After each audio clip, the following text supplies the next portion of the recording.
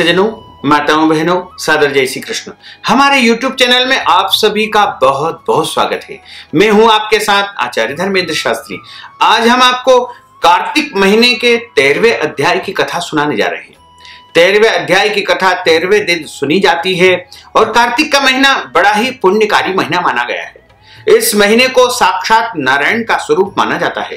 प्रत्येक दिन कार्तिक के महीने में जल्दी उठकर के स्नान करना चाहिए तथा कार्तिक के महीने में दान पुण्य करना अनंत गुना फलदायी माना जाता है।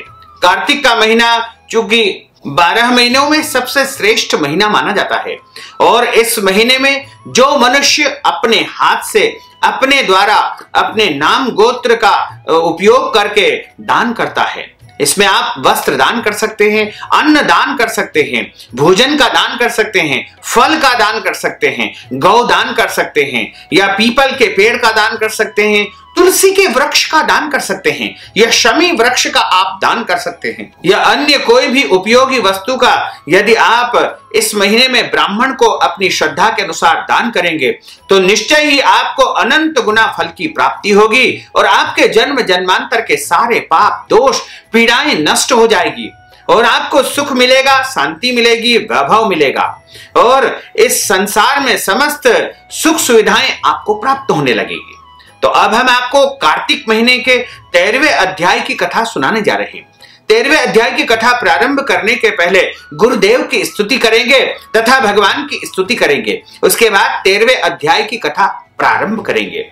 गुरुर् ब्रह्मा गुरुर्विष्णु गुरुर्देवो महेश्वरा गुरुः साक्षात् परब्रह्म तस्मै श्री गुरुवे नमः। श्री अखंड मंडलाकारं व्याप्तं येन चराचरं तत्पदं दर्शितं येन तस्मै श्री गुरुवे नमः। सच्चिदानंद रूपाय विश्वोत्पत्त्यादि हेतवे तापत्रय विनाशाय श्री कृष्णाय वयं नमः। कृष्णाय वासुदेवाय हरये परमात्मने प्रणतः क्लेशनाशाय गोविंदाय नमो नमः।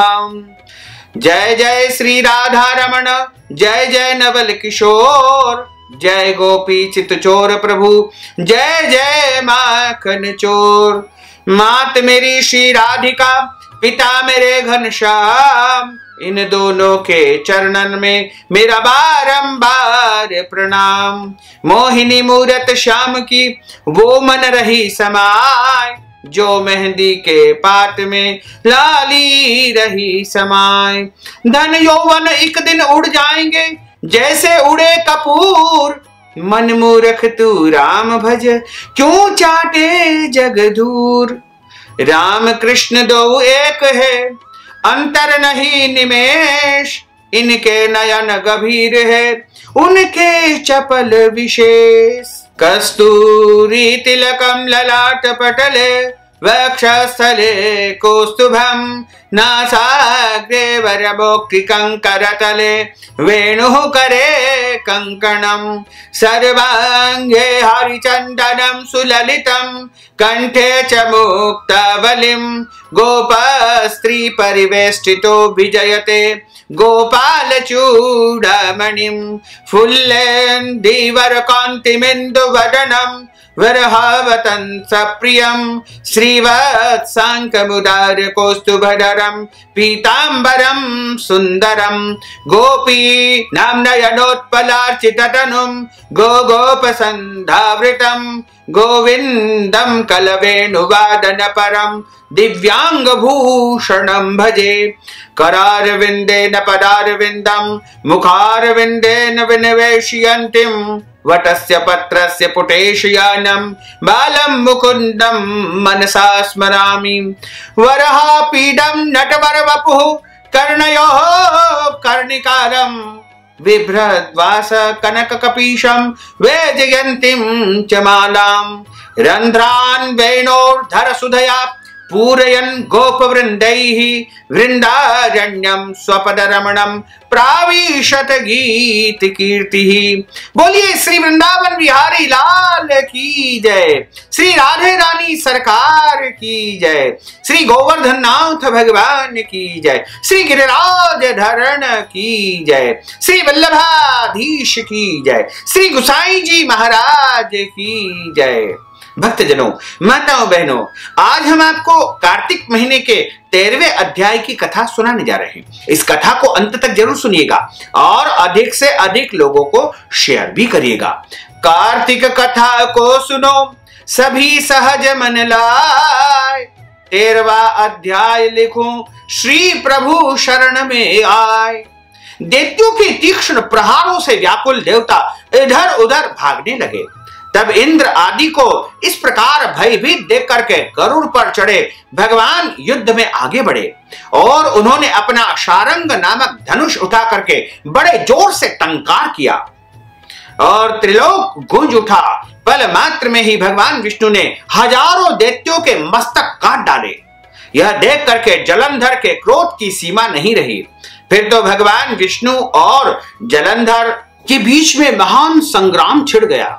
बाणों से आकाश भर गया। लोग आश्चर्य करने लगे। भगवान विष्णु ने अपने बाणों के वेग से उस दैत्य की ध्वजा, रथ और धनुष बाण काट डाले तथा एक बाण से उसकी छाती में प्रहार किया। इससे व्यथित होकर के उसने अपनी प्रचंड गदा को उठा करके गरुड़ के मस्तक पर दे मारी। गरुड़ जी पृथ्वी पर गिर पड़े। साथ ही क्रोध से उस दैत्य ने अपने होठ काटे और भगवान विष्णु की छाती में भी तीक्ष्ण बाण मार दिया। इसके उत्तर में भगवान विष्णु ने उसकी गदा काट दी और अपने शारंग धनुष पर बाण चढ़ाकर उसको बीधना आरंभ कर दिया। जलंधर भी उन पर अपने पैने बाण बरसाने लगा। इस समय जलंधर ने भगवान को कई पैने बाण मार करके उनके दिव्य धनुष को काट दिया। धनुष कट जाने पर भगवान ने गदा ग्रहण कर ली और शीघ्र ही जलंधर को खींच करके मारी, परंतु उस अग्निवत अमोघ गदा की मार से वह चलायमान न हुआ और मदोन्मत्त हाथी के समान उसे यानी गदा की मार को फूल की माला ही जाना। साथ ही उस युद्ध दुर्मद ने अत्यंत ही क्रोधित होकर के अग्निमुख त्रिशूल उठा करके भगवान विष्णु पर छोड़ दिया। भगवान ने शिव जी के चरणों को स्मरण करके नंदक नामक त्रिशूल उसके त्रिशूल को भेद दिया और जलंधर ने झटपट भगवान की छाती में एक मुष्टिक मारा और उसके उत्तर में भगवान ने भी उसकी छाती पर एक मुष्टिक का प्रहार कर दिया। दोनों जो है घुटने टेक करके बाहों और मुष्टिकों से बाहु युद्ध करने लगे। कितनी ही देर तक भगवान का उसके साथ युद्ध होता रहा। जब तक कुछ श्रमित हो गए तब सर्वश्रेष्ठ मायावी से भगवान उस दैत्य से मेघवाणी में बोले, हे रण दुर्मत दैत्य श्रेष्ठ, तू धन्य है। तू इस महायुद्ध में इतने बड़े बड़े आयुधों से भी भयभीत न हुआ है और तेरे इस युद्ध से मैं बड़ा खुश हूं। तू जो चाहे जो वर मांग ले, क्योंकि मैं अत्यंत प्रसन्न हूं। मैं अदेय वस्तु भी आज तुझे प्रदान करूंगा, क्योंकि तेरी युद्ध कला से, तेरे युद्ध के जो पराक्रम है उससे मैं अत्यधिक प्रसन्न हूं। मायावी भगवान विष्णु की ऐसी वाणी को सुनकर के जलंधर ने कहा कि हे भाऊ, यदि आप मुझ पर प्रसन्न हो, मुझ पर खुश हो, तो मुझे यह वरदान दे दीजिए कि आप मेरी बहन के साथ साथ तथा अपने सारे कुटुंबियों सहित मेरे घर पर निवास करो। नारद जी कहते हैं कि उसके ऐसे वचन को सुनकर के भगवान को खेद तो हुआ, किंतु उसी क्षण उन देवेश ने तथास्तु कह दिया। चूंकि वो वचन दे चुके थे, इसलिए वचन से मुकरना उनके लिए ठीक नहीं था, इसलिए उन्होंने तथास्तु दे करके उसको वरदान दे दिया। अब भगवान विष्णु तथा समस्त देवताओं के साथ जलंधरपुर में जाकर के प्रभु निवास करने लगे। जलंधर अपनी बहन लक्ष्मी और देवताओं सहित भगवान को वहां पाकर के बड़ा प्रसन्न हुआ। फिर देवताओं के पास जो रत्न आदि थे उनके स्थानों पर दैत्यों को स्थापित करके जलंधर पृथ्वी पर आया। निशुंभ को पाताल में स्थापित कर दिया और देव, दानव, यक्ष, गंधर्व, सर्प, राक्षस, मनुष्य आदि सबको अपना यशवर्ती बना करके त्रिभुवन पर शासन करने लगा। उसने धर्म अनुसार सुपुत्रों के समान प्रजा का पालन किया। उसके धर्म राज्य में सभी सुखी रहने लगे। इस प्रकार कार्तिक माह के 13वें अध्याय की कथा का यहाँ पर समापन होता है। बोलिए श्री लक्ष्मी नारायण भगवान की जय, श्री वृंदावन बिहारी लाल की जय, गोपाल कृष्ण भगवान की जय। अच्युतं केशवं रामनारायणं कृष्ण दामोदरं वासुदेवं हरे श्रीधरं माधवं गोपिका वल्लभं श्री जानकी नायकं श्रीरामचन्द्रं भजे जानकी मनोहरं सर्वलोक नायकं श्री शंकरादि सेवितं पुण्य नाम कीर्तनम श्री राम राम राम राम राम नाम तायकम राम कृष्ण वासुदेवा भक्ति मुक्तिदायकम राम कृष्ण वासुदेवा भक्ति मुक्तिदायकम राम कृष्ण वासुदेवा भक्ति मुक्तिदायकम राम कृष्ण वासुदेवा भक्ति मुक्तिदायकम राम कृष्ण वासुदेवा भक्ति मुक्तिदायकम।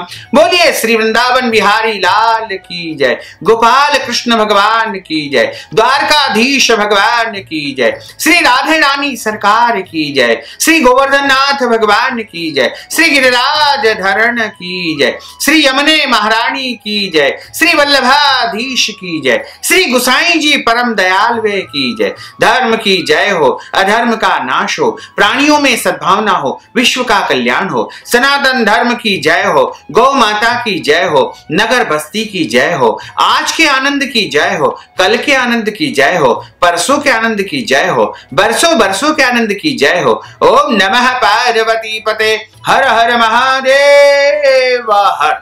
भक्तजनों, माताओं बहनों, आपने कार्तिक माह की यह कथा का श्रवण किया है।